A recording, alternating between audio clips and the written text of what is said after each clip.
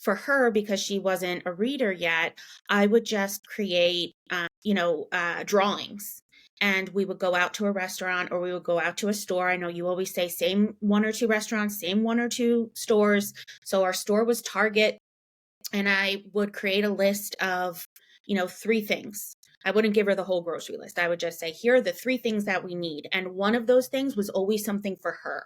So she was, motivated, right? So I would say, okay, we need mouthwash, we need tissues, and then we're going to get you a toy. And I'm going around the store. I'm like, I just cannot find mouthwash, right? So I said, Olive, we got to find somebody to help us find this thing. And then we're going to get to the toys. So the faster we can find this, the faster we're going to get to the toys. So I would find an employee. I would say, excuse me, could you help us with something? Olive, what is it that we were looking for? And sometimes, especially in the beginning, she wouldn't say anything. Deer in headlights. So I would bridge down. It was the second thing on the list. What was that thing? Still nothing. Was it mouthwash or was it hand soap? Or was it hand soap or mouthwash?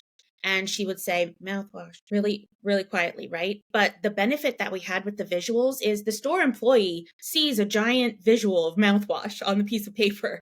So even if they didn't hear her, I would say, did you get that? And they would say mouthwash? Sure. And I think that started giving her confidence, because I think she felt like, oh man, that worked. Like they heard me, you know?